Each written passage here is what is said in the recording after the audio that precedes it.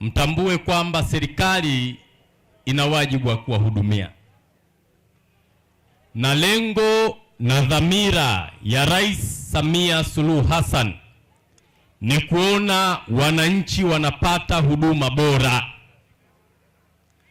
Mheshimiwa Rais anatoa maelekezo mahususi, anaelekeza, mkuu wa mkoa anakuja, anaelekeza, mkuu wa wilaya anakuja, anaelekeza, lakini wapo watu vichwa vyao ni nini?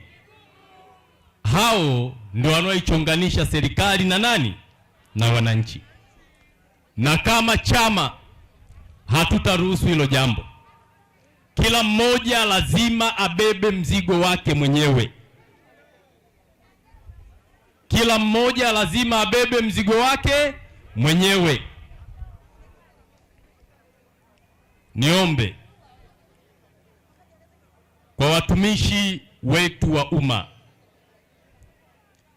niombe kwa watumishi wetu wa umma, kila aliyeajiriwa na serikali ajue ana wajibu wa kuwahudumia wananchi, kwa sababu kazi tumeomba wenyewe, hatukulazimishwa, na tumezipata tukatoe utumishi.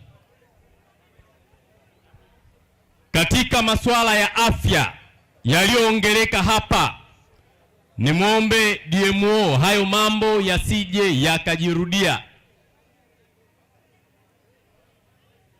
Jambo linalotakiwa kutolewa haki apewe muhusika.